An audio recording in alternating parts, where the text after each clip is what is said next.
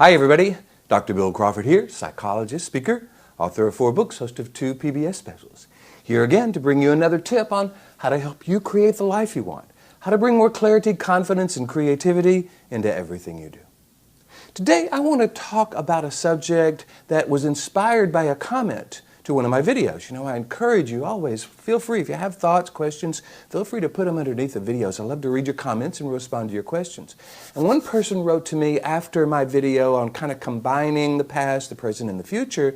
She said, well, gosh, does this mean that past struggles are meaningless? And I was really glad that she asked that question, because I would never want someone to come away from one of my videos or seminars or books and thinking that somehow something is meaningless. Matter of fact, my philosophy is exactly the opposite. So I wrote back and said, no, actually I think it's about giving meaning to the past, the present, and the future. That is what it's all about. However, she asked such a great question, I thought it deserved its own video. And about that time, I got an email newsletter from Allen Counseling Resources here in Houston. And it talked about the Japanese art of Kintsugi, which is repairing broken pottery with gold. It's actually called golden repair. And what happens in this art is when a piece of pottery is broken, it's repaired with gold, so the piece of pottery, or what is repaired, isn't just fixed, it is improved. It becomes a work of art.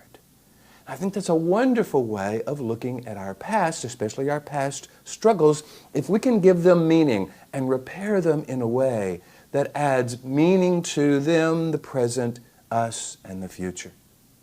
For instance, a lot of people, I think, give meaning to past struggles without really knowing what they're doing. They may be afraid that this means I can't trust people. This means I can't trust my own judgment. This means there's something wrong with me. This means I'm never going to be happy. So that's attributing meaning. Psychology calls it the attribution theory, or how we attribute meaning to our experiences. And for those of you who follow my life from the top of the mind philosophy, you know it's actually this middle part of the brain, the limbic system, that is the interpreter, the giver of meaning. So we've got to be very careful, full of care, how we give meaning to our past. So I think what we can do is look at our past struggles and say, okay, did I give some meaning to that is maybe incongruent with what I would recommend to someone I love? You know, that's one of my favorite questions to ask when we're looking at how do I want to think, how do I want to feel, how do I want to be? Would I recommend this to someone I love? See, I don't think we would recommend that someone we love look back at their past struggles and think somehow there's something wrong with them, or that they can trust no one, or that they'll never be happy. So I think the challenge is to look at our past struggles and give them very purposeful meaning. On one level, we're a survivor. We survived. Congratulations. Chances are there's something we learned from it that allows us to move forward in a more purposeful way. We can repair those broken parts of us with gold. In a sense, we become this work of art. We become enriched with the experiences of the past. Because they will either be things that we're either trying to let go of or forget, which of course is impossible, or that we redefine in a way that gives us a higher sense of purpose, more confidence in moving forward in the day, without needing to be perfect. That's what I love about this whole concept of Kintsugi. It is not about being perfect. Matter of fact, these are very imperfect breaks. And yet, when they are repaired with gold, the piece becomes a work of art. I'm thinking that is our present. We give meaning to the past in very purposeful ways to allow us to bring that meaning into the present, act upon it, and still it's not about being perfect, it's just about being purposeful. Because if we do something on purpose and it works out for us, that's good information. If we do something on purpose and it doesn't work out for us, that's good information. We can still take that into the continuous recreation of our experience, ourself, and our life in a way that we would recommend to someone we love.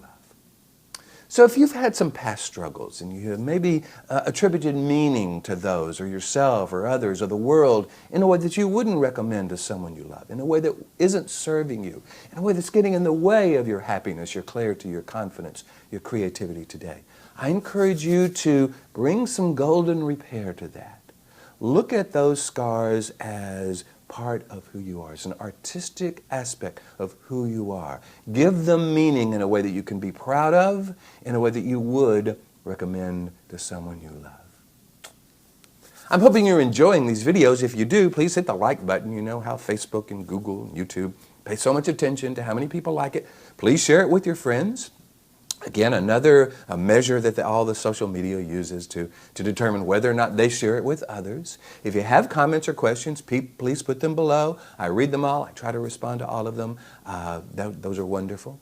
And if you want me to come and do a workshop, seminar at your church, at your organization, on how to give meaning to our lives, to be more purposeful, to operate from what I call the top of the mind, this upper 80% of the brain, where our clarity, confidence, and creativity reside, love to do that. Go to my website, Ph.D.com. Hit the contact button. Let me know what you're interested in, and I would love to talk with you about that. In the meantime, here's to you, bringing more clarity, confidence, creativity to your past, to your present, to your future. And I'll look forward to seeing you in the next video.